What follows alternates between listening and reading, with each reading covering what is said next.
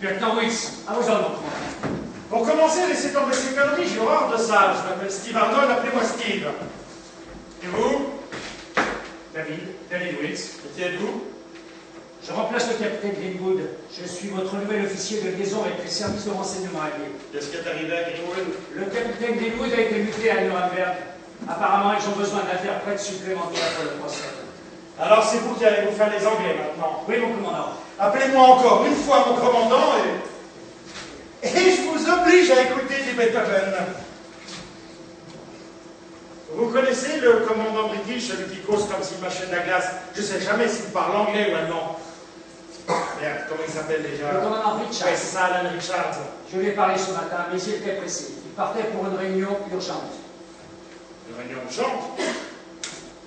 Ah, oui. Le fichier Nickel. Oui. Vous savez ce qu'il y a dans le fichier Nickel, David? Non.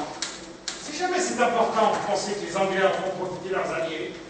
Il m'a dit qu'il vous appellerait pour vous tenir au courant.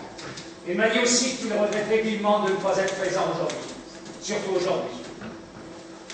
Vous êtes d'où? Je suis né ici en Allemagne, à Berlin, à Hambourg. J'ai réussi à partir en 1934. Mes parents m'ont expédié chez mon oncle à Philadelphie.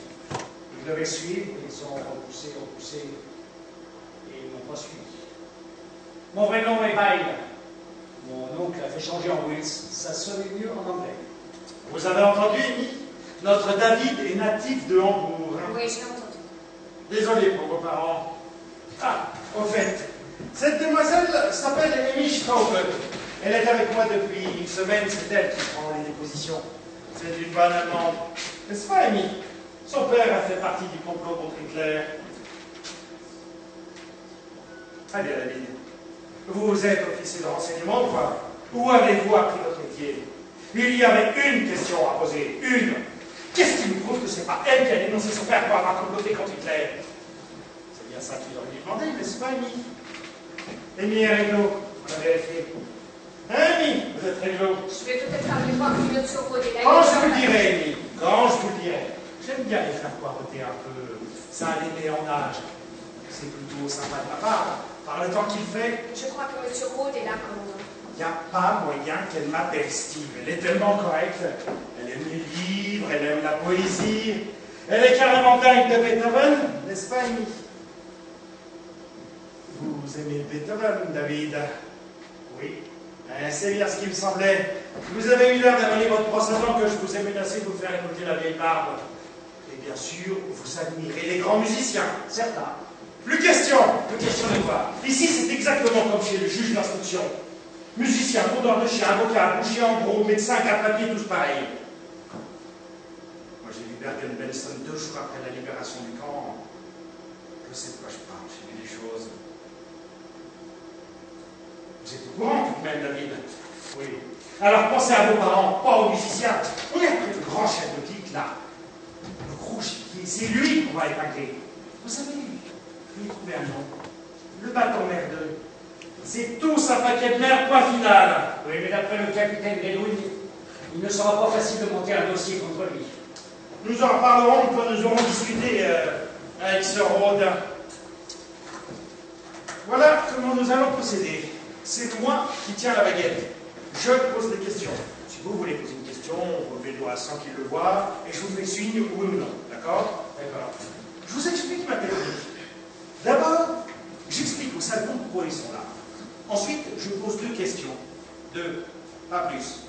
La première, n'importe quoi, ce qui passe par la tête. Ça va pas trop mal aujourd'hui, vous mangez à votre faim, vous êtes en cigarette, cordial, quoi. Puis je dis, je vois d'après vos réponses à notre questionnaire que vous n'avez jamais été membre du parti nazi. C'est bien exact. Tout à fait exact. Je n'ai jamais été membre du parti nazi. Et puis j'attends. Je ne dis rien, j'attends. Et alors là, il cause. Mais alors, il cause. Et que le chef est un type épatant, et comment il a défié Hermann, les chaussettes. Et il trouve toujours le moyen de caser l'histoire de la baguette. Qu'est-ce que c'est l'histoire de la baguette? J'en ai entendu combien jusque-là, Amy? 29. Donc ce type, Helmut Rode. ce Rode, sera le 29e. Vous allez entendre l'histoire de la baguette pour la première fois, moi, pour la 29e. Et il se débrouille toujours Toujours aussi pour obtenir le nom de famille d'Émile. Straube, dit-il. Seriez-vous apparenté à Joachim Straube? Mon père, répondit. Ah, voilà un héros, un grand homme. Vous comprenez, David? Ce qu'ils essaient de faire, c'est de noyer le patron sous les roses dans l'espoir d'en sortir avec le même parfum. Mais on ne peut pas sentir la rose quand elle a rampé dans les quinettes. Avant la guerre, j'étais dans les assurances, service des contentieux. Et vous? J'enseignais l'histoire. Histoire. Bonne mémoire pour l'histoire, toutes les dates, les batailles, bonne mémoire. Pas mauvaise. Moi, j'ai une mémoire épatante. Il y a même des psychologues qui ont fait passer des tests. Pour ma mémoire, hein, rien d'autre. J'ai ce qu'on appelle une mémoire exhaustive. Je me souviens de tout. S'il vous plaît, hein, croyez-moi, s'il vous plaît. D'un autre côté, j'ai pas la mémoire des hommes. Les psy appellent ça une mémoire sélective. En fait, ma mémoire n'est pas vraiment exhaustive, mais je suis quand même très bon. Les assurances. Et j'ai été formé par un type qui s'appelait Lou Dolel, une sorte de James Cagney, dur, malin, accrocheur. Accrocheur, ben alors, accrocheur.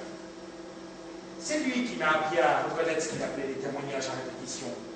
Quand tout le monde raconte la même histoire, 99 fois sur 100, ça cache des gens qui se sont mis d'accord pour escroquer les assurances.